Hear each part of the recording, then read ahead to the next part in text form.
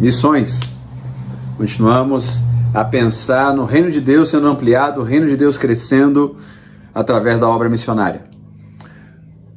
A última conversa foi sobre missões urbanas. A missão acontecendo no ambiente urbano, no ambiente mais próximo da tua igreja, mais próximo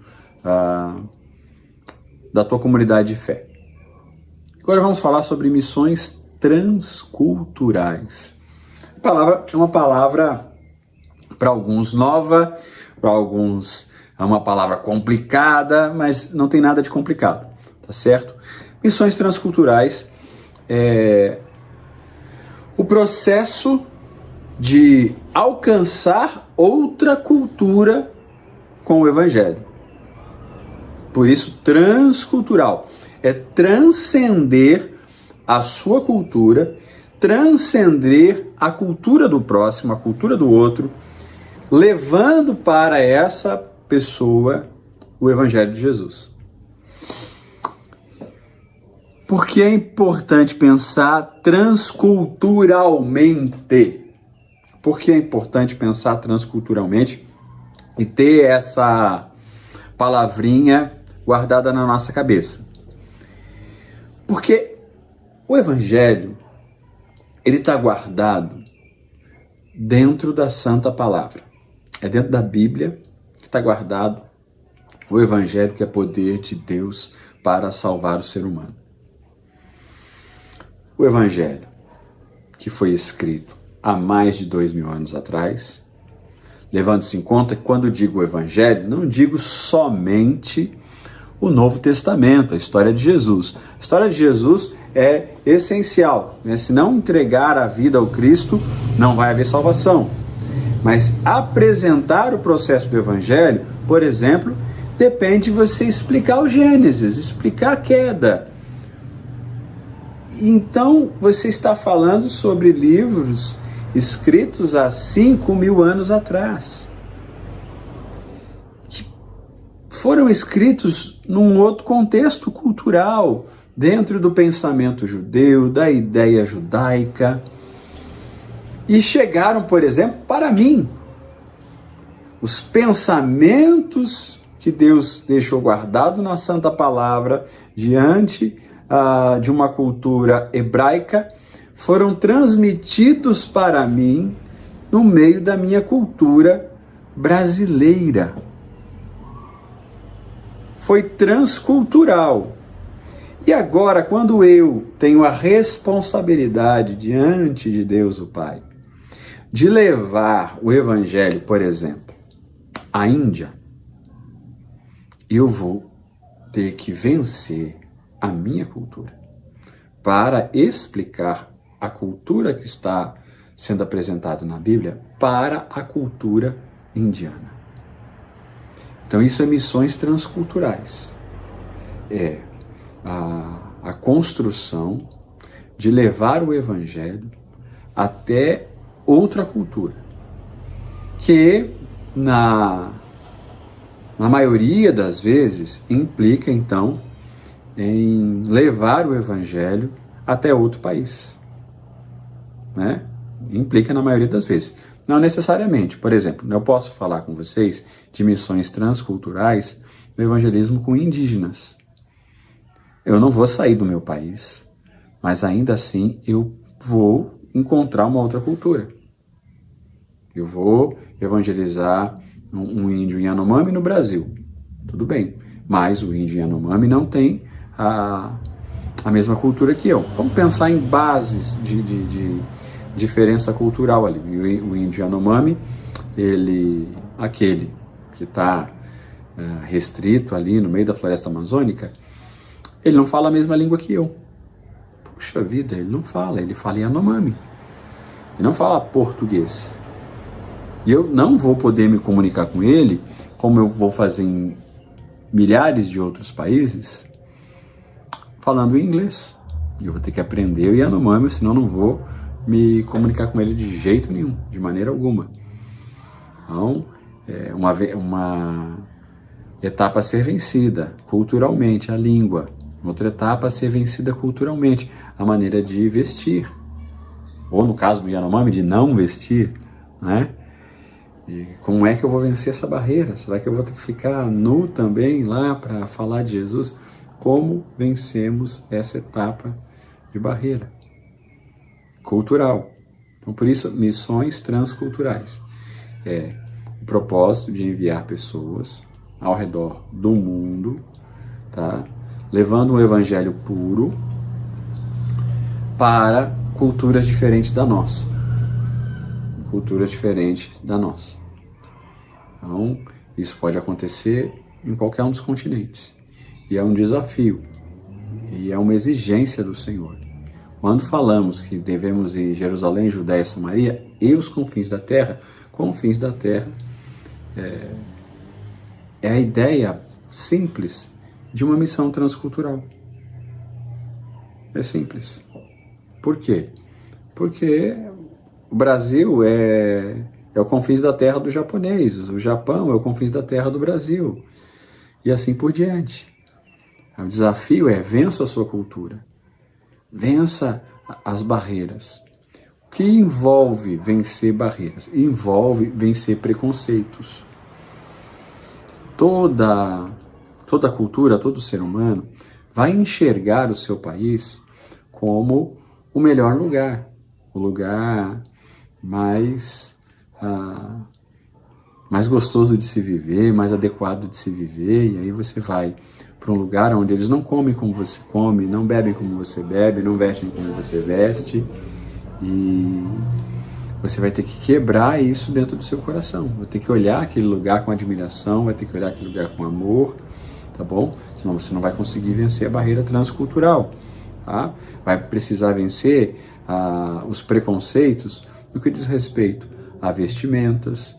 Puxa, esse povo se veste estranho, esse povo se veste... Sim, faz parte do processo de levar o evangelho para outro país e para outra cultura, ou esse evangelho transcultural faz parte de trabalhar o missionário para se adaptar, para se organizar diante da outra cultura, vencer espiritualmente esse tipo de barreira.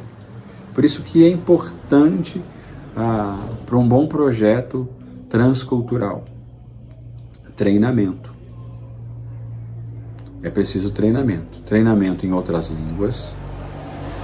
A pessoa precisa, quando vai sair do Brasil, já ter uma noção básica do inglês, que é a língua hoje falada no mundo inteiro, ter uma noção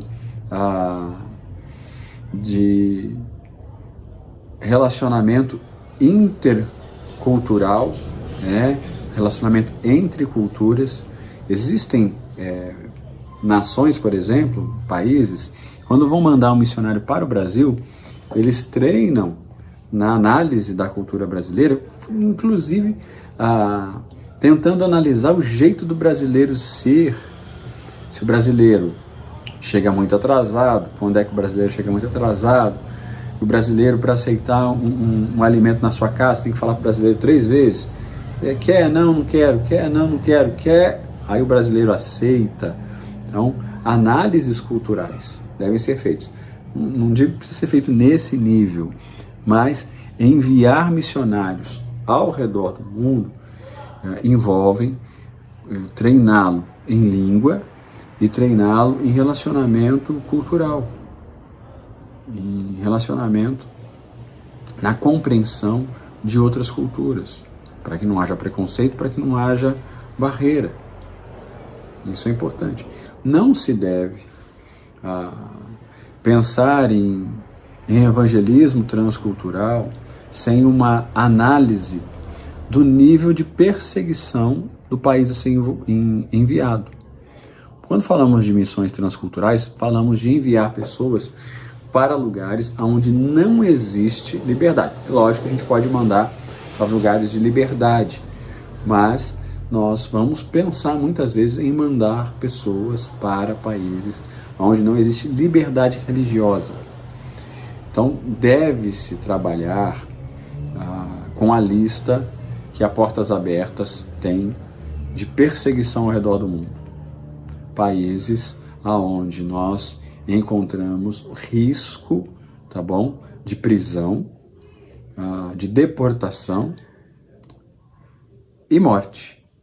Simplesmente porque você está falando de Jesus Cristo. Quando o missionário é enviado para esse lugar, transculturalmente, ele precisa estar preparado de uma maneira diferente. Por quê?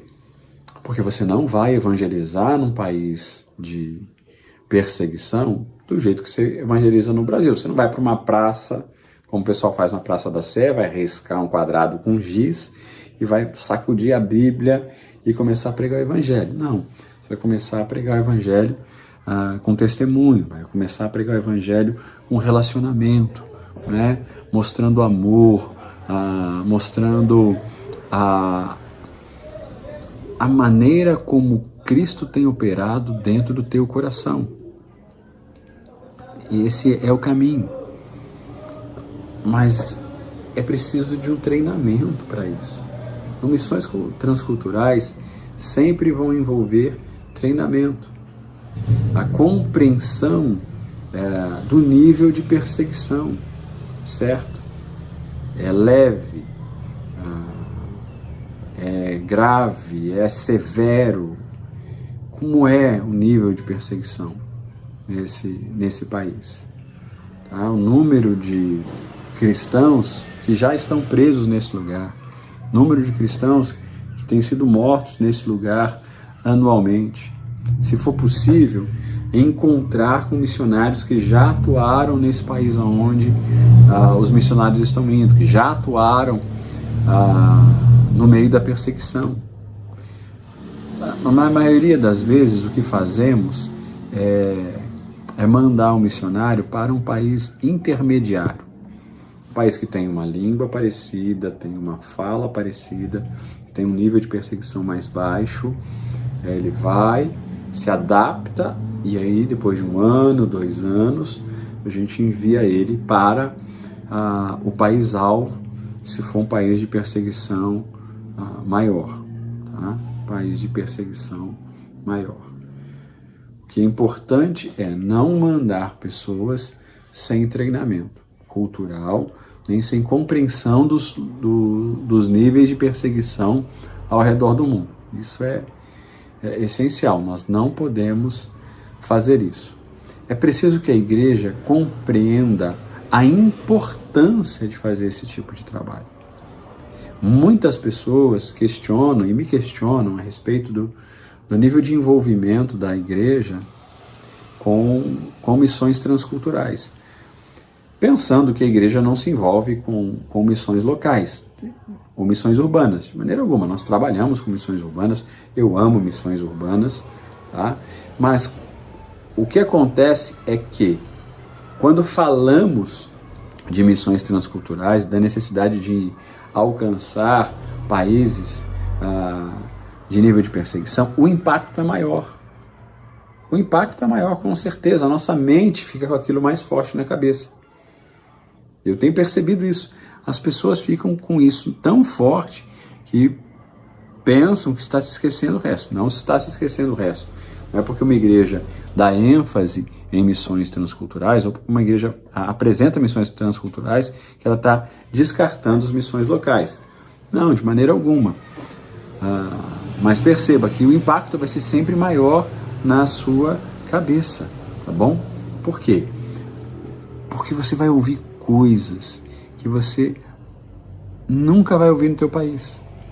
Ouvi, por exemplo, sobre meninas na Índia que são entregues a uma deusa do sexo, são chamadas as meninas devadassas, né, que devem fazer sexo depois de 8, 9 anos de idade com 20 homens por dia. Como isso não vai te chocar? Tá? Eu falo de criança de rua, você vai ter um choque, você vai ficar sensibilizado com meninos de rua. Vai. Você vê em São Paulo, você vê no farol, né, quando você para, ele vendendo uma bala para você. Então isso te choca menos, porque você conhece e você se adaptou a essa realidade. Mas quando eu falo de uma realidade do exterior, de alguém que você não viu e talvez você passe a vida toda sem ver, talvez isso fique mais gravado na sua mente. Mas uma coisa não desqualifica a outra. Assim, provavelmente toda igreja que se envolve com missões transculturais vai ter um carinho muito grande por missões locais, vai ter um carinho muito grande com o carente na sua própria cidade, né? Vai ter um carinho. Não podemos dispensar, tá certo? A necessidade de fazer missões transculturais unindo o propósito com outras igrejas. Missões transculturais não é trabalho de uma igreja sozinha. Então, para ter visão transcultural, precisa ter visão de parceria com igrejas diferentes. Os batistas têm que estar juntos com a Assembleia de Deus, com os presbiterianos, com os metodistas, com os anglicanos. Nós precisamos unir forças. Não será possível alcançar países ao redor do mundo, alcançar culturas fechadas, tentando trabalhar sozinhos. Não vai ser possível. Para realizar a obra de missões transculturais, nós vamos precisar trabalhar em conjunto com outras igrejas. Vencer os paradigmas, vencer as barreiras organizacionais. Mas como nós vamos trabalhar com o presbiteriano? Ele batiza diferente da gente. Como nós vamos trabalhar com o assembleiano?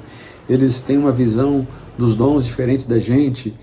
Como nós vamos trabalhar com os metodistas? Toda a liturgia deles é diferente da nossa. Você precisa entender que o que importa em todas essas igrejas é o Cristo, é a cruz.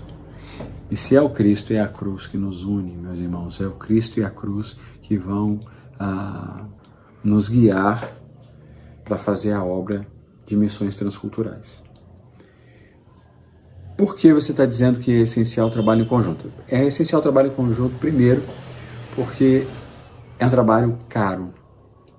Caro. Enviar missionários para o campo transcultural é caro.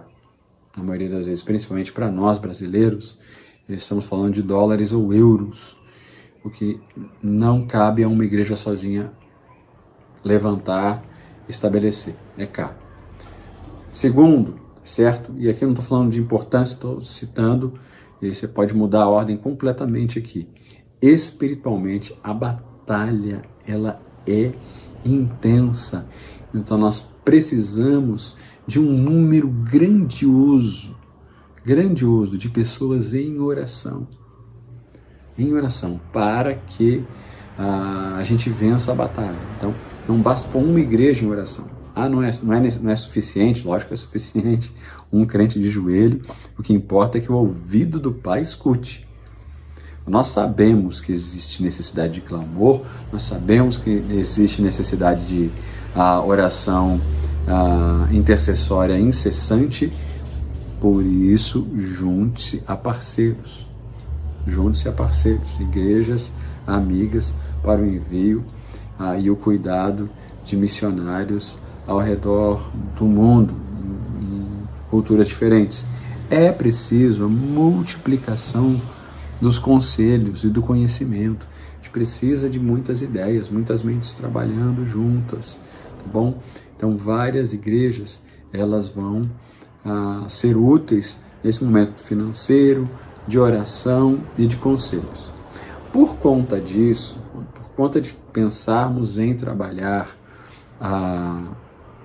em parceria com outras igrejas, nós vamos ter organizações ao redor do mundo que trabalham para unir as igrejas e enviar pessoas para fazer missões transculturais.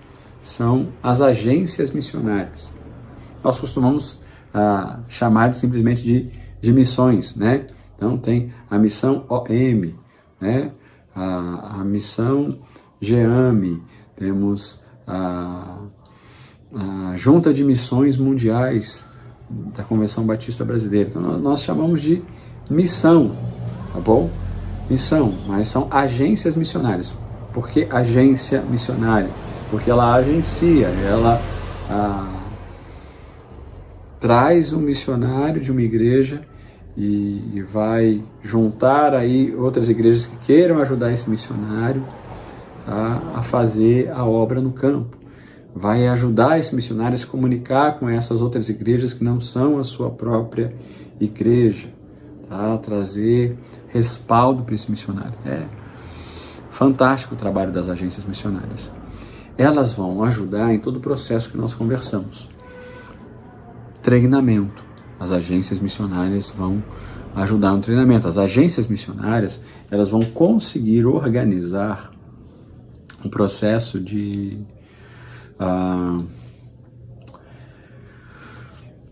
o processo de união entre os missionários mais antigos e os mais novos, os que tinham experiência naquele campo e os que não têm experiência, tá?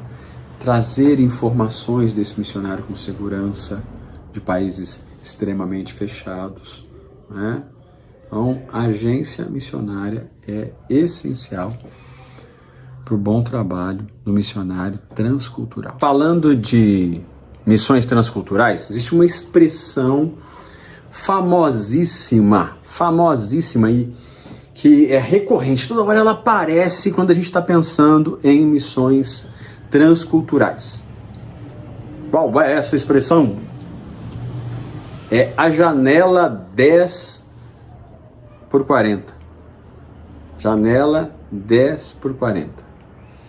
É uma expressão para identificar uma área no nosso globo terrestre, tá certo? E é por isso que ela leva essa característica 10, porque a janela é o ponto 10 graus de longitude e 40 de latitude. 10 de longitude e 40 de latitude, acima do Equador. Bom, acima do Equador. 10 por 40, longitude e latitude. Esse retângulo no nosso globo, que foi classificado como janela 10 e 40, foi na reunião de Lausanne, que foi apresentado esse espaço como um espaço que precisava de uma atenção especial dos evangélicos no mundo. Precisava-se de uma atenção especial por conta das grandes necessidades desse lugar, né? É o lugar onde se concentram os povos menos alcançados pelo Evangelho, os lugares de maior concentração de perseguição, também a região de maior pobreza mundial. Então a janela 10 e 40, ela concentra uma série de necessidades incríveis que merecem uma atenção especial dos evangélicos ao redor do mundo. É essencial. É interessante, quando falamos disso, que ao mesmo tempo, pensando espiritualmente na janela 10 e 40, nas missões transculturais, a gente observa que esse lugar é um lugar de grandes batalhas espirituais. Historicamente, é um lugar de grandes batalhas espirituais. Você vai ver na história bíblica muitas coisas acontecendo nessa região. Muitas batalhas acontecendo nessa região.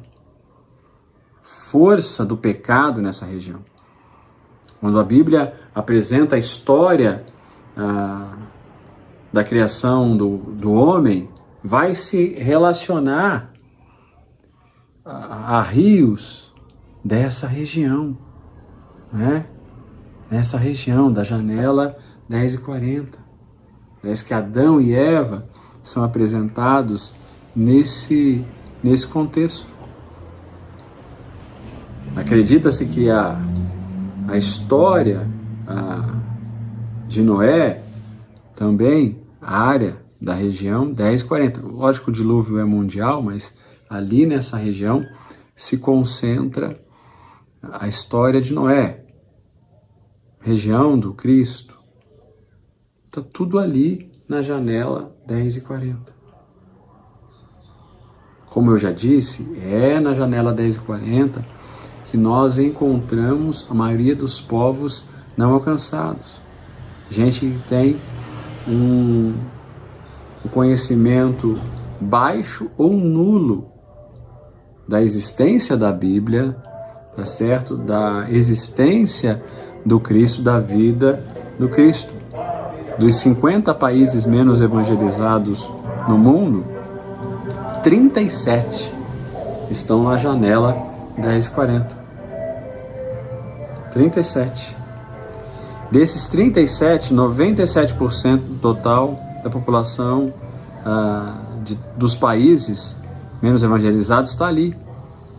97%. Você pode pensar, puxa, então são 37, qual sei lá, 20, 30% estão ali numa outra região? Não.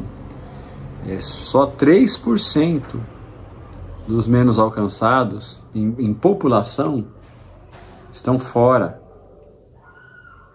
da janela 1040. Nós falamos sobre a janela 1040, falamos de povos não alcançados, falamos de religião, né? Religião. Então, as 3 religiões que mais, vamos dizer assim, mais barreira junto ao cristianismo, se concentram na janela 1040. Olha que interessante. Janela 1040, a gente pensa povos não alcançados, a gente pensa em pobreza, a gente vai falar de pobreza daqui a pouco. Mas a religião, quando a gente pensa na janela 1040, nós vamos pensar que o hinduísmo é forte dentro da janela 1040.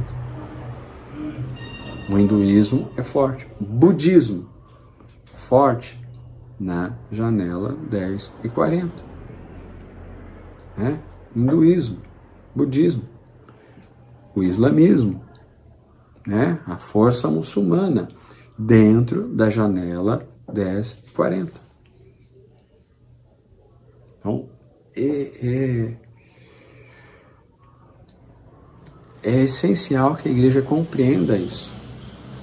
A janela e a necessidade de alcançar. Nós sabemos que China e Coreia, janela 1040. Janela 1040.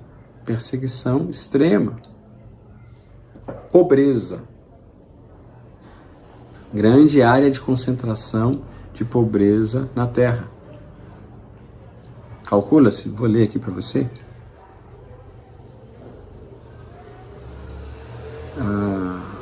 Os pobres dos pobres. 8 em cada 10 com um orçamento inferior a $500 por ano vivem na janela 1040. Os pobres dos pobres. Onde estão os mais pobres do mundo? Estão na janela 1040. Então o cristianismo precisa levar a dignidade para essas pessoas. O cristianismo precisa levar o evangelho a essas pessoas. Grave a respeito da janela 1040 é que, sabendo que existem 2,4 bilhões de pessoas vivendo nessa faixa, 2,4 bilhões de pessoas vivendo nessa faixa, apenas 8% dos missionários no mundo trabalham ali. Nós só temos 8% de missionários na janela 1040. Então isso é grave. Nós precisamos conscientizar, precisamos enviar pessoas para a janela 1040. É urgente isso. A igreja precisa continuar falando, continuar pensando e organizando um evangelismo específico nessa região, tá bom? E é interessante que quando pensamos em janela 1040, a gente pode pensar que é um lugar de fácil acesso no que diz respeito a turismo. Porque, por conta de ser diferente do grande ocidente, então é um lugar que se destaca para que a gente alcance lá, para que a gente chegue até eles. E é tão forte isso que, na lista das 50 maiores cidades do mundo, as 50 maiores cidades do mundo, todas estão na janela 10 e 40.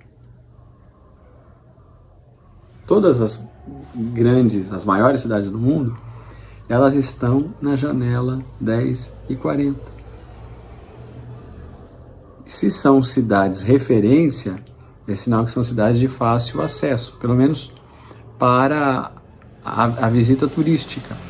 Trabalho a longo prazo, mas quando pensamos também em evangelismo de lugares fechados, nós temos sistemas de trabalho de 1 ano, de 6 meses, de impacto.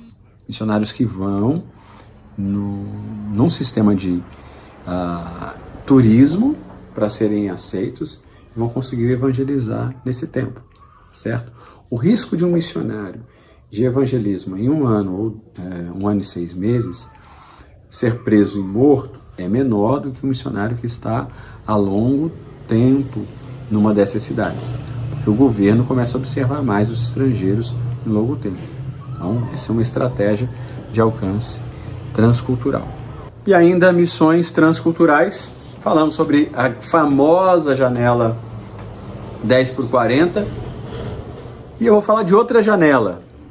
Eu vou ficar aqui guiado porque é um projeto mais recente e eu não quero fugir da ideia. Mas seguindo o pensamento da janela 10 por 40, criou-se o projeto de evangelismo da janela verde. O que é a janela verde? Segue a mesma ideia, tá?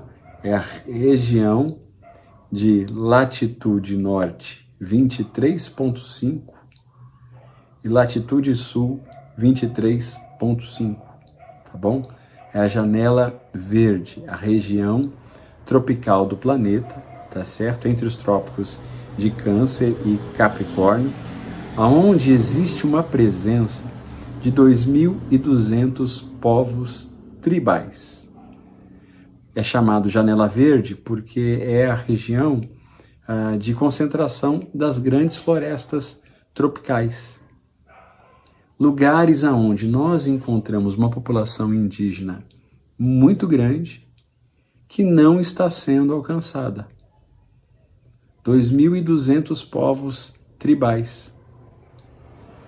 Desses 2.200 povos tribais, 200 a 250 estão na região aqui das Américas, certo? Estão na região das Américas. Os povos, os grupos étnicos que vivem na Janela Verde são identificados como UUPG, que é uma sigla em inglês para Grupo de Povos Não Alcançados, não engajados, tá bom? Onde nenhuma igreja ou organização se responsabilizou em levar o evangelho. Quando falamos, por exemplo, da janela 10 e 40, nós vamos ter alguns países fechados, mas que, por exemplo, tem uma igreja estrangeira ou, ao menos, vamos dizer assim, vão ter um consulado lá dentro e dentro daquele consulado vai ter um cristão lá dentro. Tá? O país pode ser extremamente fechado e ter um consulado americano lá, com um cristão lá dentro. Quando falamos da Janela Verde, falamos de povos de contato zero com outra cultura e, por assim, com o evangelho.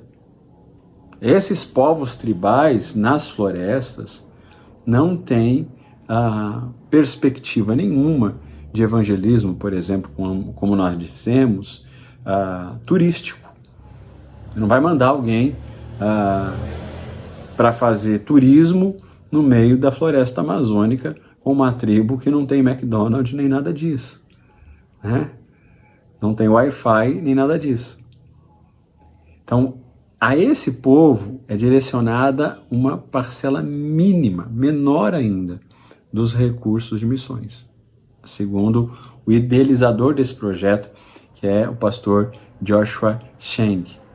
Ele fez uma pesquisa, e segundo essa pesquisa, realizada na América do Norte, cerca de 90% dos investimentos em missões vão para projetos onde já existem igrejas e 10% para povos não alcançados. Desse 10%, 1%,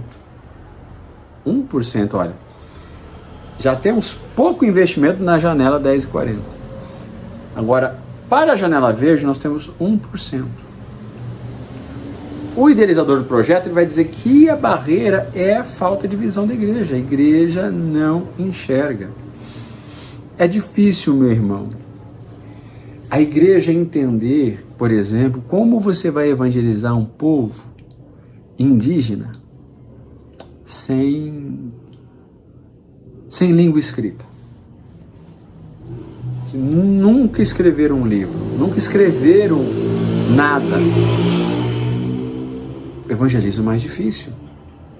E, às vezes, a igreja, ela quer resultado.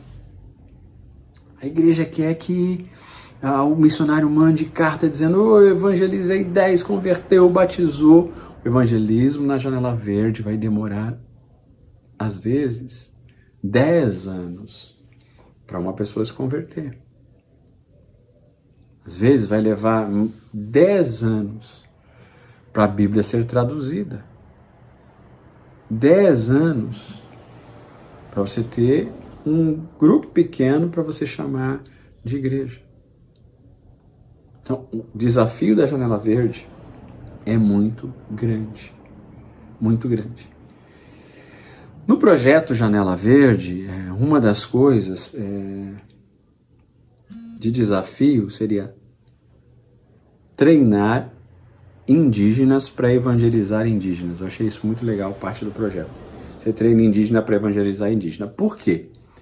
Porque o evangelismo transcultural, ele tem essa barreira maior quando você, na sua barreira, na sua cultura, você tem preconceito com outra cultura. Então, os povos tribais, normalmente, eles vão se assemelhar no jeito de vestir, no jeito de lidar com a floresta, no jeito de comer. Então, se eu pego um índio Yanomami evangelizado e levo ele para evangelizar um índio africano, deve ser mais fácil pegar um índio da África para evangelizar um índio da Indonésia. Porque ele já sabe andar na mata, ele já sabe caçar, ele não tem problema de dormir dentro da maloca. Maloca a gente chama de oca, é a maloca. Tá? E ele vai compreender melhor. E muitas vezes até vai haver uma facilidade, talvez, em aprender a se comunicar. Porque algumas coisas aqui no cérebro já estão trabalhando parecidos. Isso é uma outra barreira. Como é que a igreja evangélica, que tem mais poder aquisitivo, vai investir num índio que não fez teologia por 10 anos, que não sabe escrever um TCC? Vamos treinar esse homem na teologia de evangelismo. Lógico, vamos fazer um treinamento teológico, mas não naquela profundidade que às vezes a gente espera o envio de um missionário. Janela Verde tem esses desafios. Conseguir juntar culturas mais próximas significa se arriscar num novo tipo de missionário da nossa cabeça, mas não significa que na cabeça de Deus. Na cabeça de Deus, não. Deus pode sim e vai usar esses irmãos nossos que têm se convertido nas aldeias indígenas para alcançar outros indígenas, evangelizando. Precisamos ver a janela verde como alvo do nosso evangelismo, mas também a janela verde nos lugares onde já temos igrejas como o lugar mais propício para alcançar a própria Janela Verde. Fica o desafio de oração para produzir evangelista entre os indígenas, né? Desafio de oração. Que a igreja acredite também no ministério dos missionários tradutores. Como eu disse, uma Bíblia para ser traduzida para para uma tribo que não tem língua escrita, ela pode levar 10 anos, porque o missionário tem que chegar lá, aprender a língua, aprender a cultura, inventar a maneira de escrever essas palavras, inventar, porque nunca escreveram, não é só chegar lá e falar assim, vamos pegar essa palavra do português e vamos encaixar aqui, não, é a palavra que eles usam. Será que o jeito de escrever vai dar certo ou não vai? A forma de escrever o A, nós vamos usar a forma de escrever o A do Brasil, a forma de escrever o A da Alemanha, de onde a gente vai? E tem normas no mundo para isso, tá bom? Então esse evangelismo transcultural que envolve a tradução da Bíblia, a invenção da escrita, é um desafio. Por quê? Também nós precisamos investir financeiramente num missionário que por 10 anos talvez ele tenha que sentar no meio dos índios para entender o índio, para aprender a falar e para escrever, mas ele tem que ficar 2 horas lá fora aprendendo, 2 horas escrevendo, 2 horas aprendendo, 2 horas escrevendo. Aí vai chegar um momento em que ele vai ficar 1 hora aprendendo e 10 horas escrevendo a Bíblia, traduzindo. E é importantíssimo que isso aconteça, mas muitas igrejas não têm essa visão. Evangelismo transcultural é um desafio para as barreiras espirituais, para as barreiras culturais, o coração às vezes da igreja não entende a importância de algumas coisas que vão levar tempo para que o mundo inteiro seja alcançado. Ore por missões transculturais.